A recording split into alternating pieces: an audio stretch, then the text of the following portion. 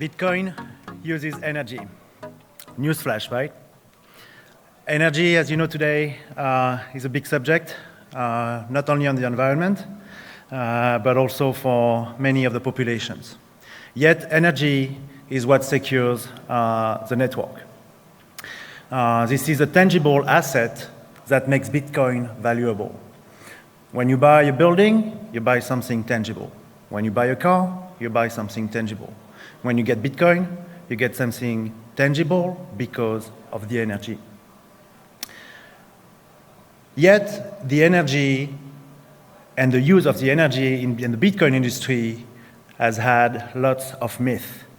And today we are trying to debunk all of the issues related to the use of energy for Bitcoin mining. My name is Romain Nouzareth. I'm the co-founder and CEO of Sato Technologies. We are a Bitcoin miner listed on the stock market in Canada under the ticker Sato, hence our name. We've been mining Bitcoin since 2017. We are now running 0.6 exahash of mining power. To give you an idea, the total or the sum of all the Bitcoin miners in the world are doing 220 exahash of mining power. So 0.6 versus 220 gives you an idea of how big we are. So the first thing that is important to look at when you look at the data of use of energy in Bitcoin mining is that we are a negligible use of energy if you compare with the energy use in the world. I don't know if you can see it, this orange line. That is Bitcoin, and the blue is everything else. When you look at it precisely, 0.15% of the energy used in the world is used for Bitcoin. That's nothing. And honestly, I should stop my keynote right now, because the only energy waste that we do is talking about this subject. Yes, the world needs to find solutions for the environmental issues that we are facing. But pointing at Bitcoin is absolutely not helping. But okay, let's go and let's look more deeply into the data that we have. The first important data is that if we look precisely at our energy consumption, at the whole industry in the world, we are close to 60% using renewable or sustainable energy for Bitcoin mining. If Bitcoin mining was a country, we would be the country with the highest sustainable energy mix in the world. We would be better than Germany, better than the European Union, better than America, and better than anyone else. So what we hear often is that, okay, but Bitcoin mining is using more energy than Sweden or Norway. But it's a fallacious argument. It's misleading. Because of course, if you compare a global industry to a country as Sweden, it will be more energy. Don't get me wrong, I love Sweden. I sold my first internet company to a Swedish group back in the late 90s. I spent lots of time over there. But if you compare a country with 15 million inhabitants with a worldwide industry, of course, it will use more energy than the country. And you know what that is using more energy than Sweden? Netflix, PlayStation, AC, washer dryer in the US. So who decides what's good and what's bad? Why is it not okay to use Bitcoin, but okay to watch the Kardashian on Netflix? I don't want to live in a world where someone tells me what I can do or what I can do, because we know what's going to happen if it happens. Another part that is important when you look at the data is that, first of all, we use lots of excess energy that were not used before. And I'm going to come back to that in a few minutes. And one thing also that is important to tell the audience is that most of the people, sometimes they think that our industry is producing lots of carbon emission, but our computers, our mining rigs are not. It's like a computer, It's different, but it's very similar to what you have in your home. The computers are not producing carbon emission.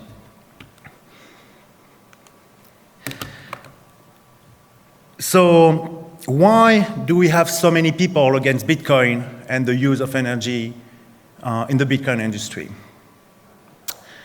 Well, it's mainly coming from two entities who are against Bitcoin. The first one, we think, are the central banks. They are pushing for the CBDCs. They are pushing for more control over the economy and the financial system. And they are not happy to see Bitcoin getting traction. The other part of the people who are against Bitcoin are mainly shitcoins. Shitcoins that have pre-mined 70 or 80% of the coins, which are completely centralized, and that also are not seeing Bitcoin from a good eye. Yet, we are decentralized but not disorganized. It's a quote from Michael Saylor. He founded the Bitcoin Mining Council. It's a groupment of miners around the world. It has been created a year and 3 months ago, I believe, and it was created after Elon Musk said that he would stop using Bitcoin to buy Tesla until the industry could prove that we have more than 50% energies that are renewable. So we're like, okay, fine. Our industry is transparent, traceable, and open. So it's going to be easy to get the data. And then we looked at all the data, and we went into finding how much of the energy mix we were using, finding out that we were using renewable energy, sustainable energy, and we were super efficient. So we are not going to let people coming over to us and fighting Bitcoin without saying anything. So now it's the time where we organize. The BMC is one first element. If you are a miner, join us. It's open to everyone, small, big, from everywhere in the world. We are just sharing data because Bitcoin, again, is open. It's very simple to get access to all the data. In Canada, where we are from, there is also a groupment of miners who have started to talk together. It's a great thing about the mining industry is that we are peers, we are not really competitors. It's a consensus mechanism, as you know. So we talk to each other all the time, we meet all the time, we are kind of friends in the industry. So now we are organized and we are going to fight back. The only issue that we have, as you know, is that there is no CEO of Bitcoin. There is no marketing manager at Bitcoin. So we need to organize, we need to get better, and we're going to bring more answers based on facts and data. This third is not new.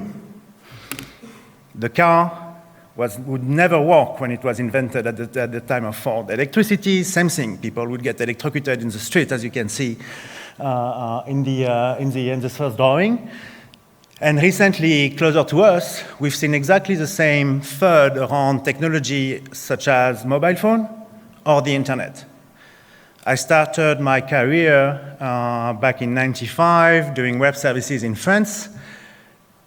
I've seen exactly the same arguments. Internet is never going to work, it's for pedophiles, terrorists, and all this kind of stuff. We see what is the result of that. Bitcoin, same thing. Since I started to be very much interested in Bitcoin in 2013, started my company in 2017, the energy FUD has been coming over and over and over again. When it's not laundering money, it's energy. As you see here, the Newsweek article, it's dated from 2018. And the title says that by 2020, Bitcoin mining would have consumed all of the world energy. Well, I have lights right in my eyes. I think we still have energy. Now let me tell you some benefits of Bitcoin mining, or the wild cards of Bitcoin mining. The first one that is very important and very interesting is called curtailment. In French, we call it délestage, and it's a way by which we can stop our operation very quickly to give back the energy to the population around us. We are doing it in Quebec, where we mine, and it mostly happens in winter. So in winter, when people are cold, they need to use more energy to warm their home, so we can stop mining when it happens. So we connected programmatically the grid, the energy grid of where we mine, to our operation. And regularly in winter, we receive news or alerts saying, hey, turn down your mining operation by 80% for 30 minutes, 100% for 1 hour, 5% for 10 minutes. And in winter, that's how we regulate the grid. It's an amazing concept in principle of working, because by stabilizing the grid, not only we are making sure that the population around us can continue using the electricity when they need, but we are bringing more revenues to the utility and the energy providers. And by providing more revenues when the energy is not used, it's a way where the energy price can be reduced for the population. So I would wish that in Europe, they would start having more miners so that people in Europe can start paying less money for their energy. It's also really interesting because, as you know, the Bitcoin network is completely decentralized. So when we do curtailment in Quebec, it's because it's cold. In Texas, they do curtailment when it's hot. Great thing. It means that in winter, when we stop, the network continues operating in other places. When they stop in Texas in summer, we continue operating. So the network is super resilient, and this is the beauty of it. So it's good locally for the people around us, and globally for the network. The second wildcard that I want to talk about today is that Bitcoin is a technology market. We are technology. And as such, technology is about performance and getting to be more performant in every steps and every part of creating a Bitcoin. If you look at the middle of this slide, you can see that the performance in mining industry is coming mainly from three things. The first one is about the ASICs. So the ASICs, as you know, are the CPU type, or the chip that makes the calculation for the SHA 256. And these ASICs have been getting better and better over the years. It's very similar to what we have in our phones. The ASICs is not similar, but the nanometers, the improvement at the chip level is similar. So now we started with like 9 nanometers, 7, 5. Now we're getting at 3 nanometers from our ASICs. And it means that if you are more performant with your chip, you will be able to produce more terahash or more mining power for the same amount of electricity, which is exactly what our industry is striving at. One thing that is important to note is that in the ASICs part, there is a new entrant recently, that is Intel. And they are now manufacturing or starting to manufacture ASIC chips. And it's a very big sign showing that the industry is going to the right direction. The second part where we can be performant is about the rigs in itself. Those rigs are the computers that we use to mine. And we are more performant because inside the rigs, everything is made so that the heat can be dissipated the right way. And by doing more improvement on that, we are also getting better using our energy, using our heat to be more efficient. The last part is the centers in itself, which is what we do in our company. And we can be more performant in two ways. One, there is a way called air cooling, which is what we do. So basically, we have a system where we take the cold air outside, we filter the air, we make sure that the miners always constantly are kept between 20 to 25 degrees Celsius. We put 240 volts at the bottom of the miners, and by doing so, the whole center is more efficient. The miners can last longer, because as you know, we are in a long-term market. We make money with miners after they are rentabilized. So we need to make sure that they will run for a long time. There is also another technology that is interesting. It's oil cooling. And it's a new way. I mean, it started like a few years ago, I would say like 2 or 3 years ago, but it's only recently started to be implemented at scale. Riot, I think that was speaking before, is doing interesting thing in that.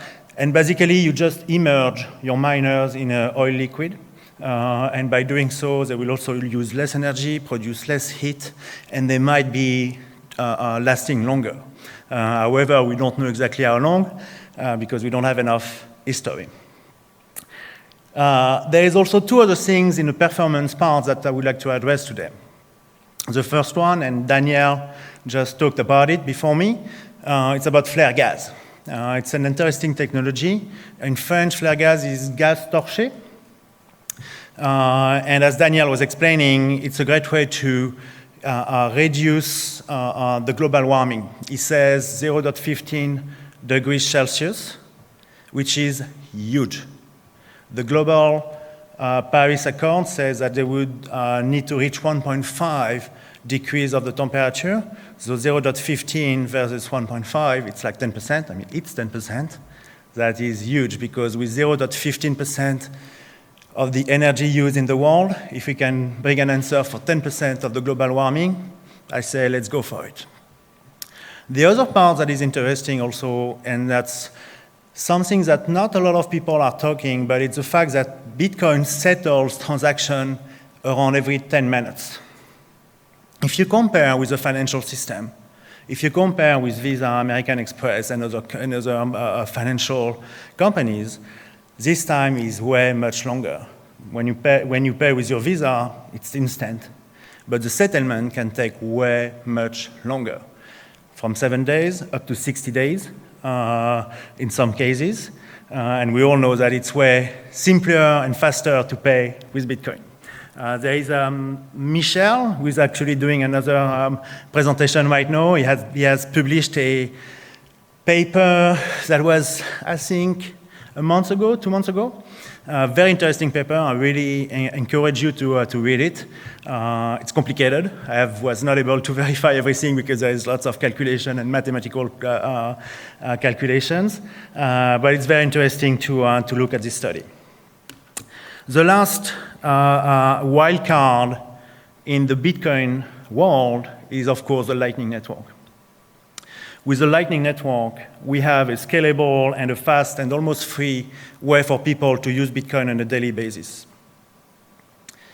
The Lightning Network works a little bit like, you know, when you go to a bar and you give out your credit card to the barman and you say, hey, whatever I buy tonight, give the drink to me, and at the end I will charge and you put everything on my card. When you do a transaction like this on the Lightning Network, that's what happens. You basically open a channel, and all of the transactions you will do in the Lightning Network will be ultra fast, almost free, and also with no environmental impact, or very, very little environmental impact. And when you want to close your transaction, you will put back your new Bitcoin amount into the layer 1 of blockchain. So I'm very bullish on the fact that Bitcoin is not going to be able to be a store of value, but also a way to use sats or Bitcoin on a day-to-day basis. Actually, lots of people are saying that the Bitcoin is the internet money. I believe so, but I would say sats are the internet money. But, well, sats are Bitcoin, so I guess we are both right. Just to conclude, let me give you some sources. Again, it's coming from the BMC, the Bitcoin Mining Council.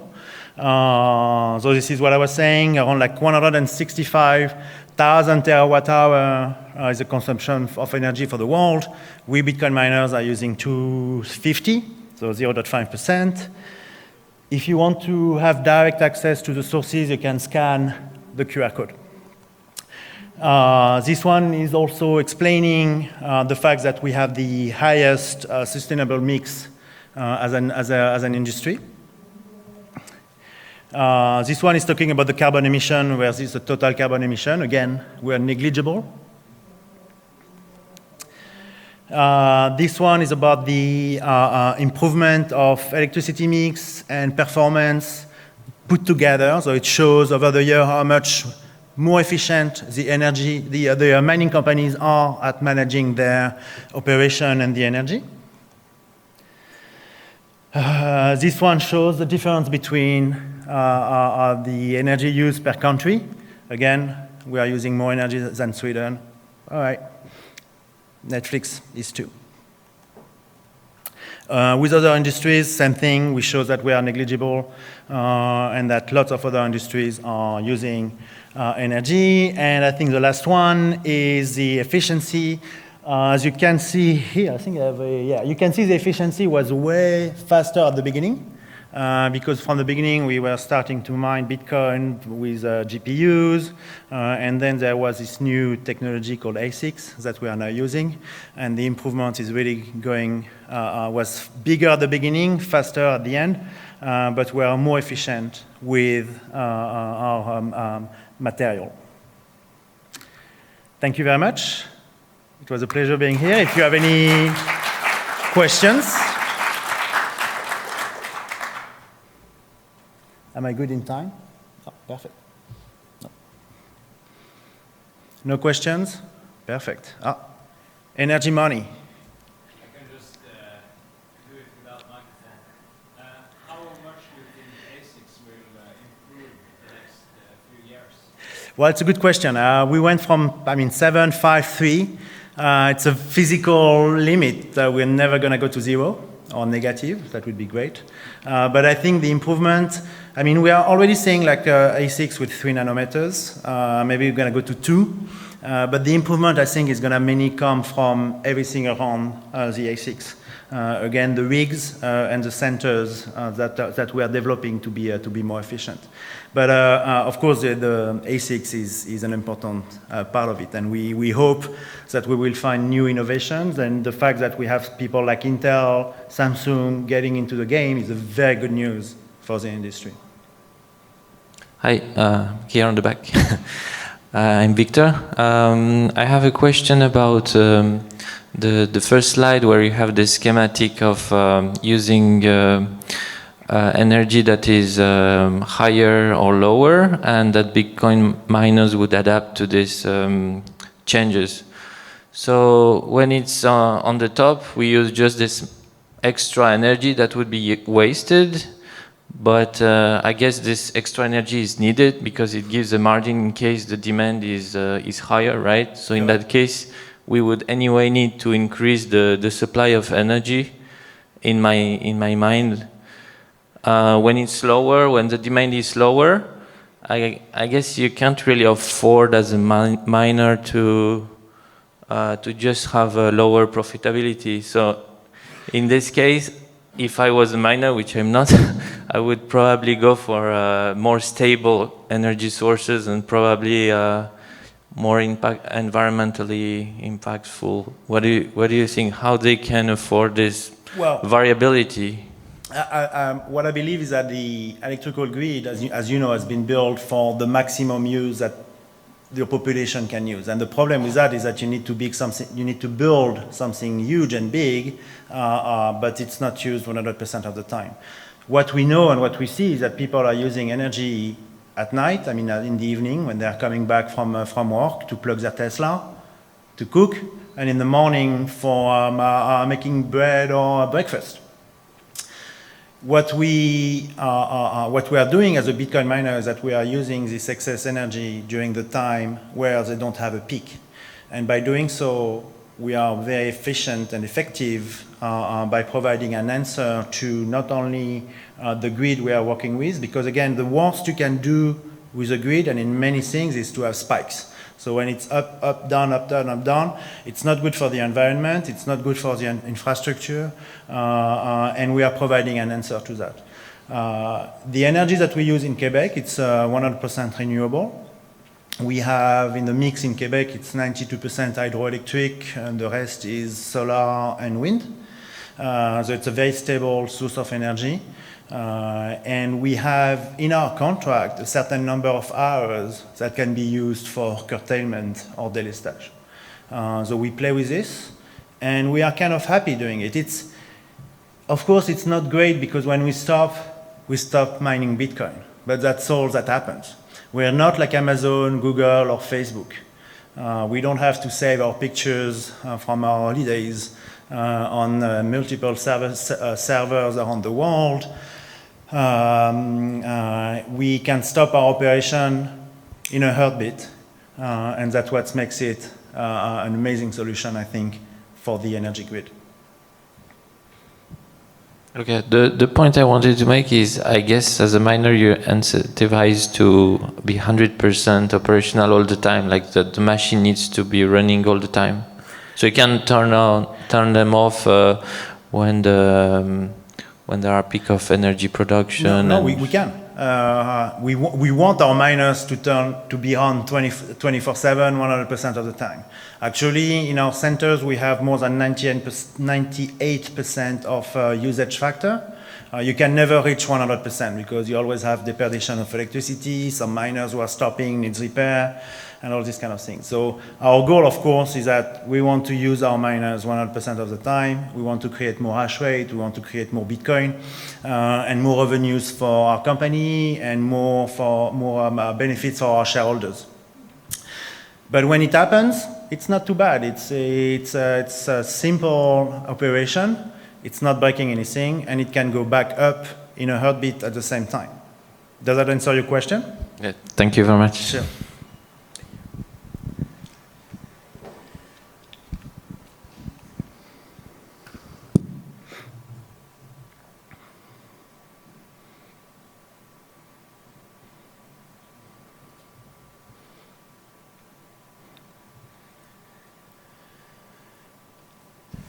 Okay, you said that here in Europe, we might also take advantage of this possibility that you have to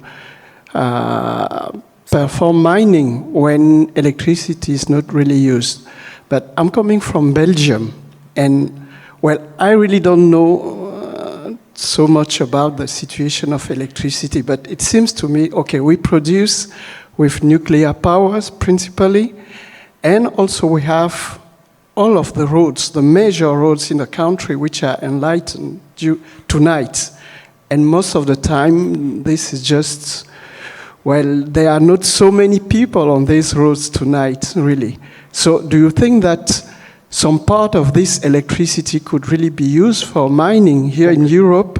And will it be at an interesting price for what you're doing? Yes, I believe so. And the benefit is not going to be only for us, actually.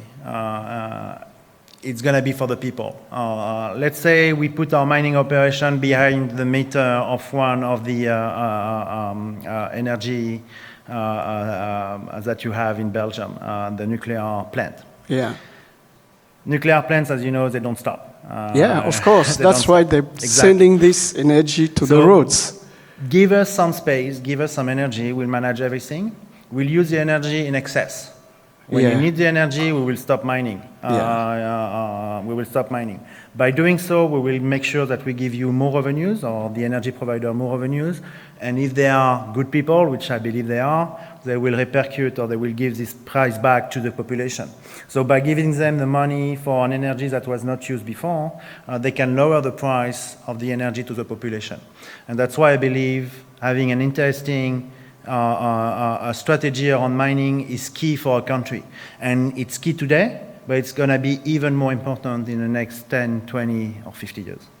Yeah, but it seems so obvious then. Why don't you have this, or why is it not happening actually here in Europe? Because France is more or less in the same situation. Yeah. Well, I would be the first to be able to be willing to come. I believe in Europe, you have one issue. They are very fan of the proof of stake. People are really like ditching the proof of work.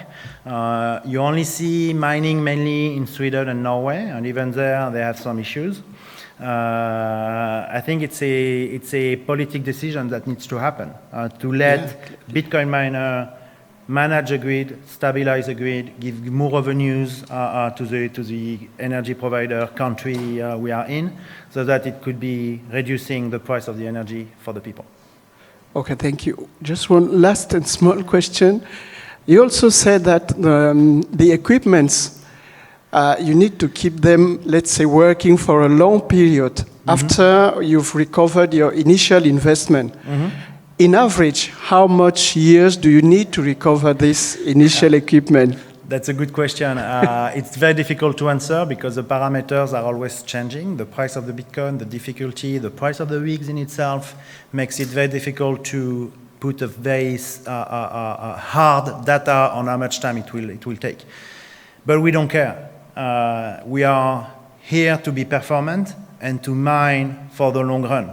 We have, I would say, 85–90% of our mining factory is using new gen type of miners, mainly S19 from Bitmain and M30s from Watts Miner, I mean MicroBT. But we still run old S9s. They are like the last generation of F9s. They make a Bitcoin in our center for around like $18,000–$19,000. It's not as great as the new generation. That makes a Bitcoin in electricity price for around $12,000. But we don't care. It's fully amortized. And it makes Bitcoin. And we have a long-term vision on the Bitcoin. So we're like, okay, we're making less money with this old generation, but we're going to continue operating them as long as we can because we think the value of the Bitcoin will increase in the coming years.